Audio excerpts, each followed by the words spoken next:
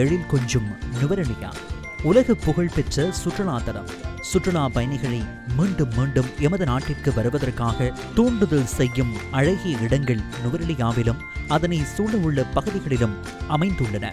Gregory வாவி, சீதா இளைய சீதையம்மன் கோவில், சந்ததென்ன, ஹக்டல பூங்கா, விக்டோரியா பூங்கா, விக்டோரியா அருங்காட்சியகம், அம்பேவல பண்ணை, நோட்டன் சமவெளி தேசிய பூங்கா, சென்ட் கிளேயார் நீர்வீழ்ச்சி, போம்புரு நீர்வீழ்ச்சி என்பன நுவரெலியாவுக்கு செல்லும் அனைவரது கவனத்தையும் ஈர்க்கின்றன.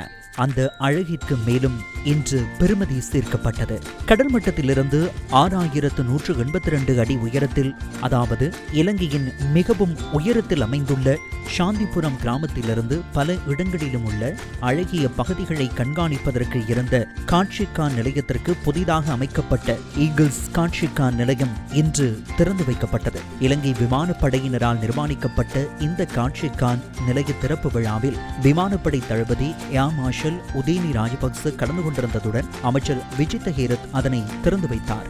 சுற்றுலா அபிவிருத்தி அதிகார சபை இந்த திட்டத்திற்கு நிதி உதவி வழங்கியது. ஈகிள்ஸ் காட்சிக்கான் நிலையத்திற்கு செல்லும் சுற்றுலா பயணிகள் நுவரெலியா நகரின் அழகை காண முடியும். பேதுரு சமவெளி, பீதுரு தாலகால, ஹக்கல, கிரகரி வாவி, சிவனொளி பாதமலை, ஏழு கன்னியர் மலைத்தொடர் மாத்திரம் அல்லாது ஊவா மாகாணத்தின் இயற்கை அழகையும் இங்கிருந்து காண முடியும்.